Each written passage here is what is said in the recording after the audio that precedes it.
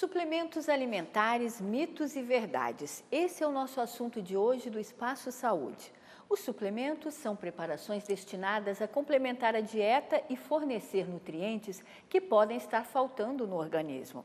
Eles também servem para dar força, aumentar a massa muscular e até mesmo para perder peso. Agora, cuidado! Os suplementos alimentares parecem inofensivos, mas dependendo de seus componentes, da quantidade e das condições clínicas da pessoa que faz uso, o suplemento poderá causar grandes consequências. Por isso, é preciso ficar alerta, porque existem muitas dúvidas e muitos perigos para a saúde. E quem vai explicar mais detalhes sobre este assunto é a doutora Mônica Peixoto Sequeira. Doutora Mônica, bem-vinda ao programa. Muito obrigada pela oportunidade de poder estar passando essas informações. Doutora Mônica, quais os tipos de suplementos que existem? Existem várias formas de se classificar os suplementos. De uma forma mais didática, nós poderíamos classificar em polivitamínicos, antioxidantes, os hipercalóricos, os hormonais, os termogênicos, os suplementos à base de carboidratos e os suplementos à base de proteína e também à base de lipídios. Hoje nós vamos dar enfoque mais aos termogênicos, aos carboidratos e às proteínas, que além de estarem ligados diretamente à atividade física, eu acho que são mais pertinentes, uma vez que o nosso público-alvo é a população em geral. Eu vou começar pelos termogênicos.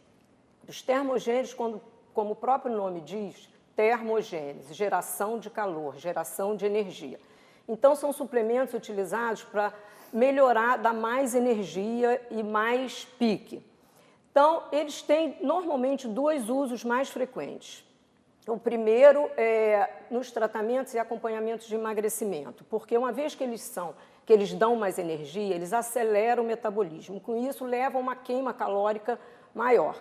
Se utilizados antes da atividade física, eles vão potencializar a queima calórica do exercício. Então, você vai somar as duas, a do exercício com a do termogênico, levando uma possibilidade de emagrecimento maior.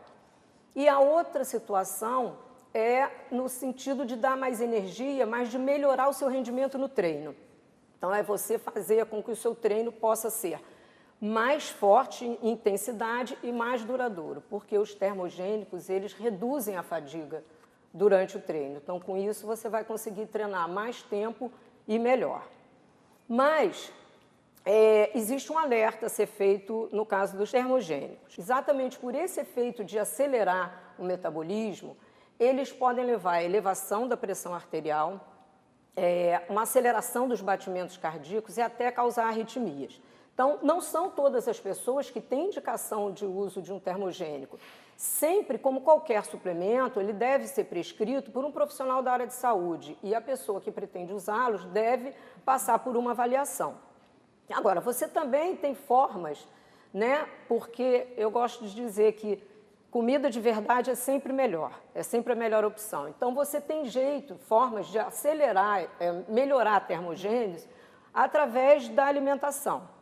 A própria cafeína, que é o termogênico mais utilizado, todo mundo conhece, ela pode ser usada através do chá verde, do guaraná natural, ao invés de você tomar um líquido ou uma cápsula de cafeína.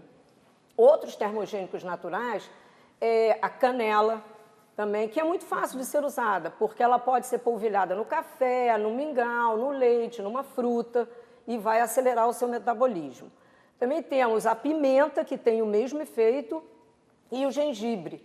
O gengibre é ótimo e está muito na moda, né? É usado em chás verdes, aquele suco verde, você pode acrescentar uma sopa, a um molho de uma carne, e com tudo isso você vai estar aumentando a sua termogênese. Funciona mesmo, né? Funciona mesmo.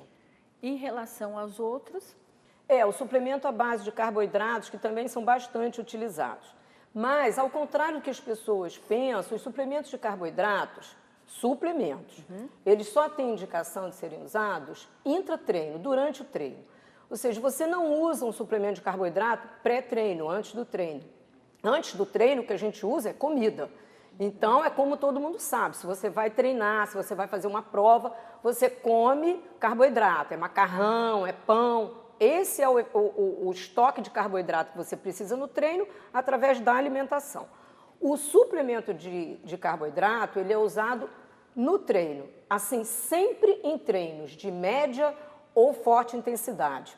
O praticante de exercício que vai para a academia, fica 1 hora e meia na academia, ele não tem indicação de fazer suplemento de carboidrato e nem de isotônicos. Você só tem indicação de fazer o carboidrato quando o treino ultrapassa 2 horas ou então se é um treino com um pouco menos tempo, mas de uma intensidade muito forte.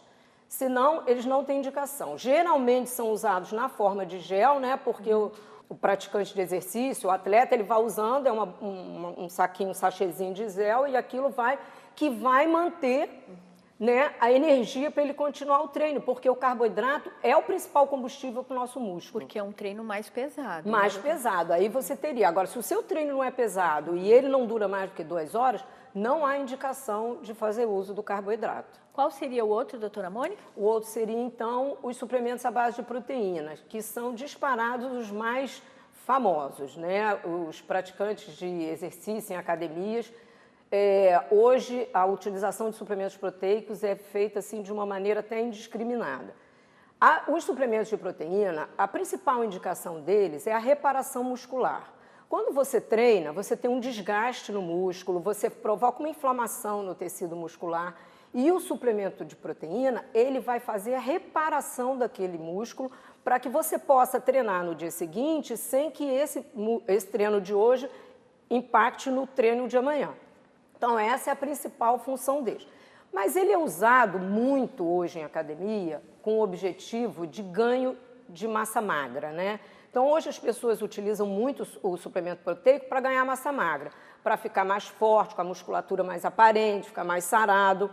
E aí entra a indicação estética que se usa e que é daí que vem o perigo, né? Porque o que acontece? Os suplementos proteicos, o mais comum deles, né, mais conhecido, é o whey protein.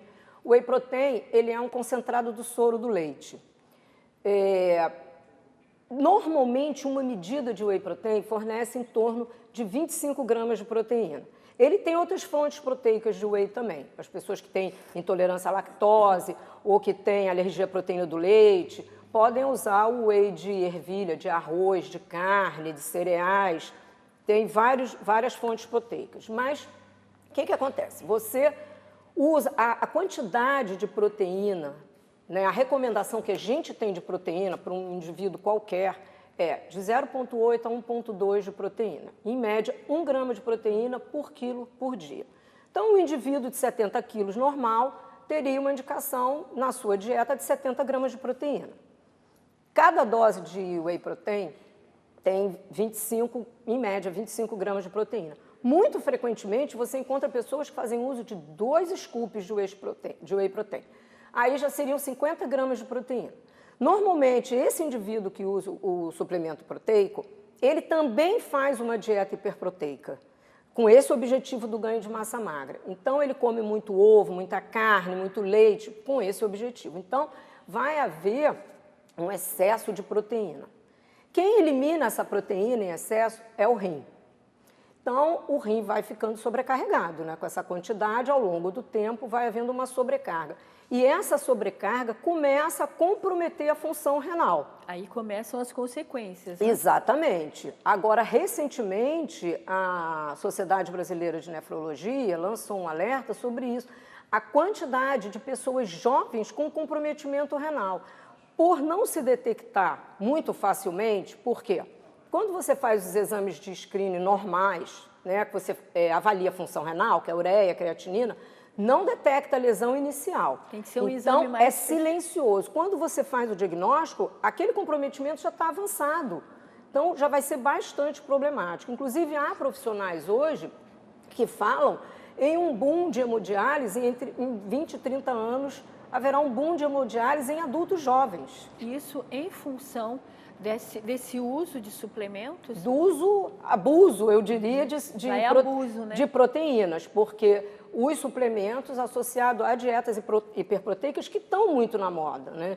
Então, isso é um alerta importante. Não é só o prejuízo da função renal, é cálculo renal, calcificação renal. Então, isso é bastante preocupante. E tem outra questão da proteína. Esse excesso de proteína, que vai ser eliminado pelo rim, quando o rim elimina isso, ele leva cálcio junto. Ele carrega o cálcio. Da onde que ele tira o cálcio? Do osso.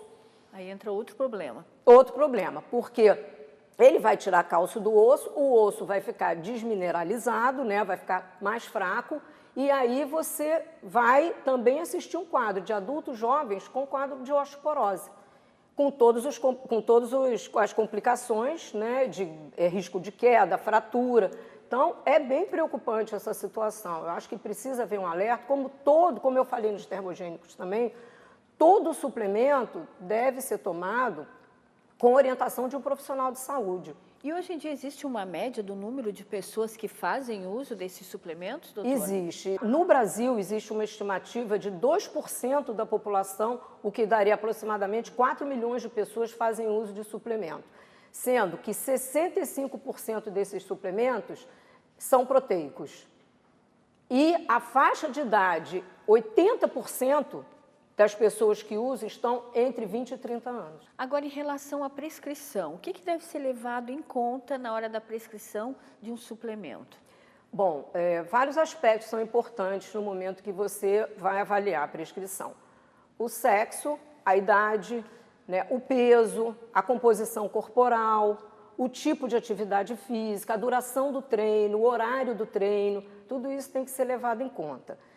Sempre quando a gente tem a intenção ou acha que existe a indicação do uso de um suplemento, a gente tem que fazer uma avaliação. Então, tem que fazer uma anamnese, colher a história, né, da pessoa, um histórico familiar de doenças dele também, tem que fazer uma avaliação física, as medições pertinentes, uma avaliação laboratorial, uma avaliação nutricional, tudo isso é importante para que você tenha todos os dados necessários para fazer a indicação mais correta, sem que aquele suplemento vai causar algum malefício àquela pessoa. Doutora, qual orientação a senhora deixa, então, para a gente encerrar aqui o programa? É que os suplementos têm sua indicação, que são produtos que a gente pode usar e pode, né, melhorar a vida das pessoas com eles, mas sempre com uma avaliação prévia, sempre procurando um nutrólogo, um nutricionista, uma pessoa que possa fazer essa avaliação e indicar qual é o mais correto, na dose mais correta para aquela pessoa, porque a prescrição de suplementos é individual. Doutora Mônica, então, muito obrigada pela sua participação aqui no Espaço Saúde. Eu que agradeço, Simão. E a você que está nos acompanhando, muito obrigada pela sua atenção. E se tiver alguma dúvida ainda sobre o nosso bate-papo aqui de hoje, sobre o assunto de hoje, mande seu e-mail para a gente, espaçosaude@cnc.org.br. E no próximo programa nós estaremos novamente aqui com a doutora Mônica falando sobre a alimentação pré e pós-treino. Então não perca, te espero. Até lá!